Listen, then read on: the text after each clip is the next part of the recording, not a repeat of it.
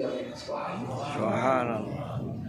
কেমন করে ঘুমাও মানুষ, কেমন করে ঘুমাও মানুষ, ফজর করে কাজা। এমন তো হতে পারে তোমার জোহরে জানাজা। কি বলেন, হতে পারে কিনা?